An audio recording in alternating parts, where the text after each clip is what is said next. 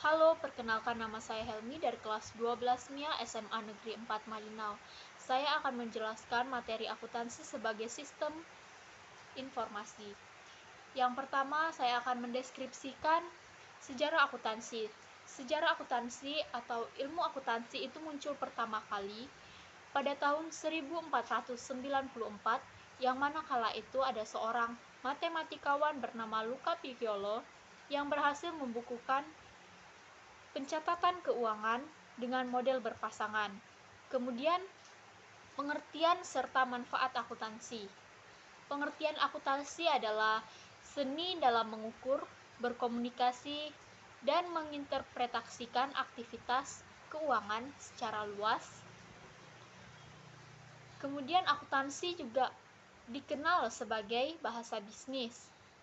Dan manfaat dari akuntansi itu juga sebagai pengukur, penjabaran atau pemberi kepastian mengenai informasi yang akan membantu manajer, investor, atau otoritas pajak serta lembaga pemerintah.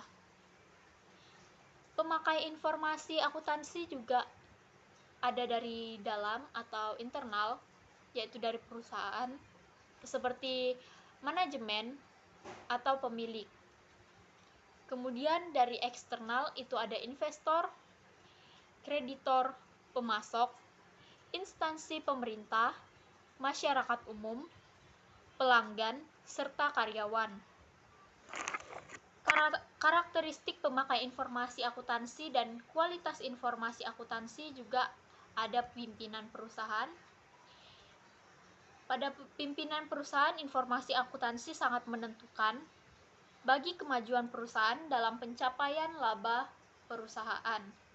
Dalam memimpin perusahaan, pemimpin perusahaan harus menggunakan 4 fungsi manajemen untuk mencapai tujuannya.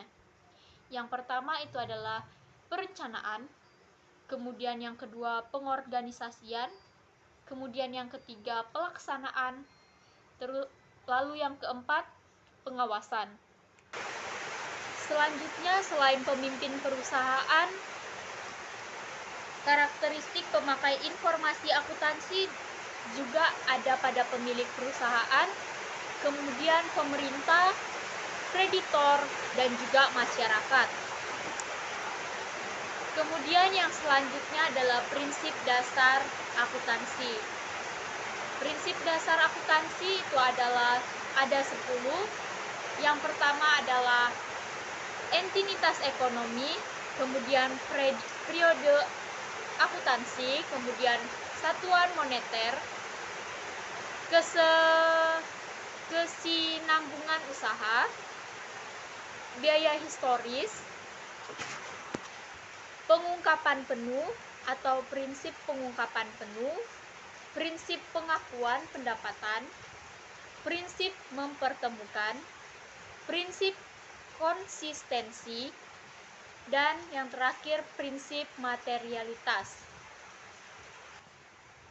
Kemudian bidang-bidang dalam akuntansi. Bidang-bidang dalam akuntansi seperti akuntansi keuangan atau financial accounting. Yang kedua, akuntansi pemeriksaan atau auditing. Yang ketiga adalah akuntansi biaya atau cost accounting. Yang keempat adalah akuntansi manajemen atau manajemen accounting. Lalu akuntansi perpajakan, kemudian budgeting, lalu yang ketujuh adalah akuntansi pemerintah atau governmental accounting. Lalu ada profesi atau jenis-jenis profesi akuntansi. Yang pertama adalah akuntan publik atau public accounting. Jenis akuntan yang pertama ini adalah akuntan publik yang memiliki izin dan materi keuangan untuk memberikan jasa akuntan publik di Indonesia. Lalu yang kedua, akuntan intern atau internal accounting. Akuntan internal perusahaan memiliki tanggung jawab dalam perencanaan transaksi keuangan, penyusun laporan manajemen, dan penyusun laporan keuangan. Kemudian yang ketiga, akuntan pemerintah atau government accounting, yang tiap lembaga pemerintah yang membutuhkan akuntansi untuk melacak keuangan atau merupakan akuntan yang bekerja pada lembaga-lembaga pemerintah seperti pada bidang pengawasan keuangan, pembangunan atau BPKB, Badan Pengawas Keuangan atau BPK, perpajakan, serta pada Komisi Pemberantasan Korupsi atau KPK, Komisi Pemberantasan Korupsi. Kemudian ada akuntan pendidik.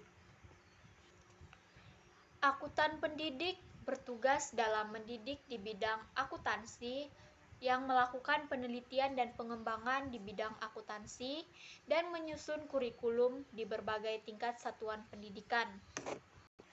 Kemudian ada akuntansi manajemen. Akuntansi manajemen bekerja untuk memberikan informasi terkait kesehatan keuangan suatu organisasi atau perusahaan sehingga keputusan yang baik dapat dibuat mengenai masa depan perusahaan. Kemudian ada akuntansi investasi yang bekerja di bidang keuangan dan investasi yang bergerak cepat. Akuntansi investasi biasanya bekerja untuk perusahaan, pialang, dan manajemen aset. Para akuntan ini juga menjadi sangat berpengetahuan tentang saham, obligasi, mata uang, logam mulia, serta sarana investasi lainnya.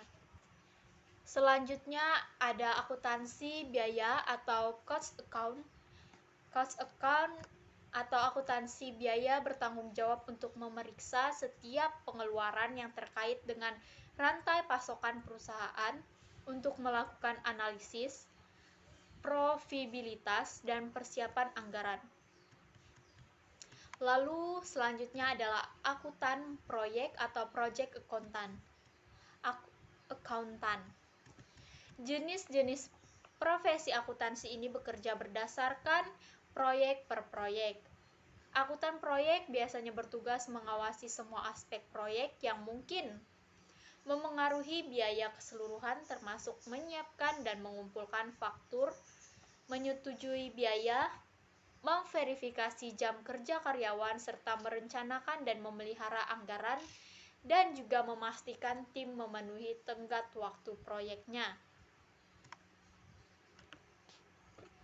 Kemudian etika profesi akuntansi adalah ilmu yang mempelajari perilaku baik dan buruknya seorang akuntan.